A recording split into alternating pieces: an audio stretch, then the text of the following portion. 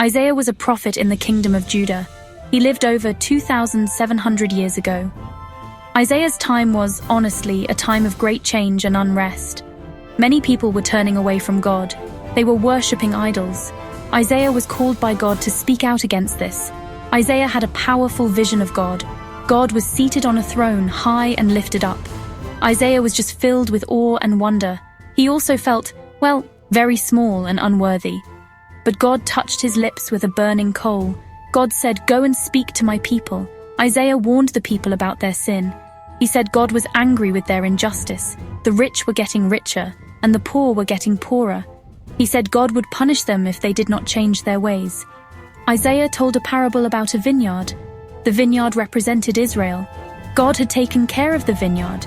He expected good grapes. But the grapes were sour. They represented the sinfulness of the people. God was going to destroy the vineyard. Isaiah also spoke to the kings of Judah. He warned King Ahaz about making alliances with other nations. Ahaz was afraid of his enemies. He wanted to ask Assyria for help. Isaiah said, "Trust in God, not in foreign powers." Isaiah told Ahaz that a sign would be given. A young woman would give birth to a son. His name would be Emmanuel, which means God with us. This was a prophecy about the coming of Jesus, the Messiah. Isaiah also spoke to King Hezekiah. Hezekiah was a good king, but he made the mistake of trusting in Egypt for help. Isaiah told him that God would protect Jerusalem. He said, "In repentance and rest is your salvation, in quietness and trust is your strength." Isaiah performed many symbolic actions. He walked around naked and barefoot for 3 years. This was a sign of the coming captivity of Egypt and Ethiopia. He also wrote on a large tablet. He called for reliable witnesses to record his words. Even though Isaiah spoke about judgment, he also offered hope. He said that a day would come when a descendant of King David would rule with justice and righteousness. This was another prophecy about the Messiah. Isaiah said that the Messiah would be filled with the Spirit of God.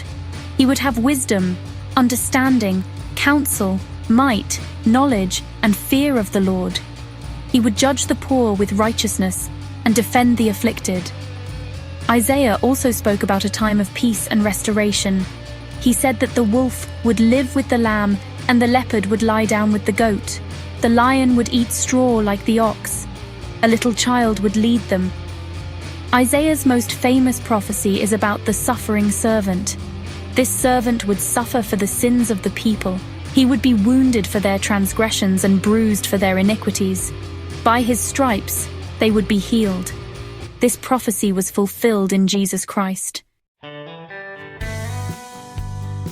Isaiah is remembered as a prophet of hope and justice. His words have inspired people for centuries. He reminds us that God is holy and just.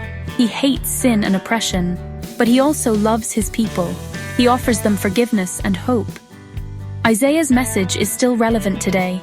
We live in a world that is full of injustice and suffering, but we can take comfort in Isaiah's words. We know that God is with us. He will never leave us or forsake us. He will one day make all things new.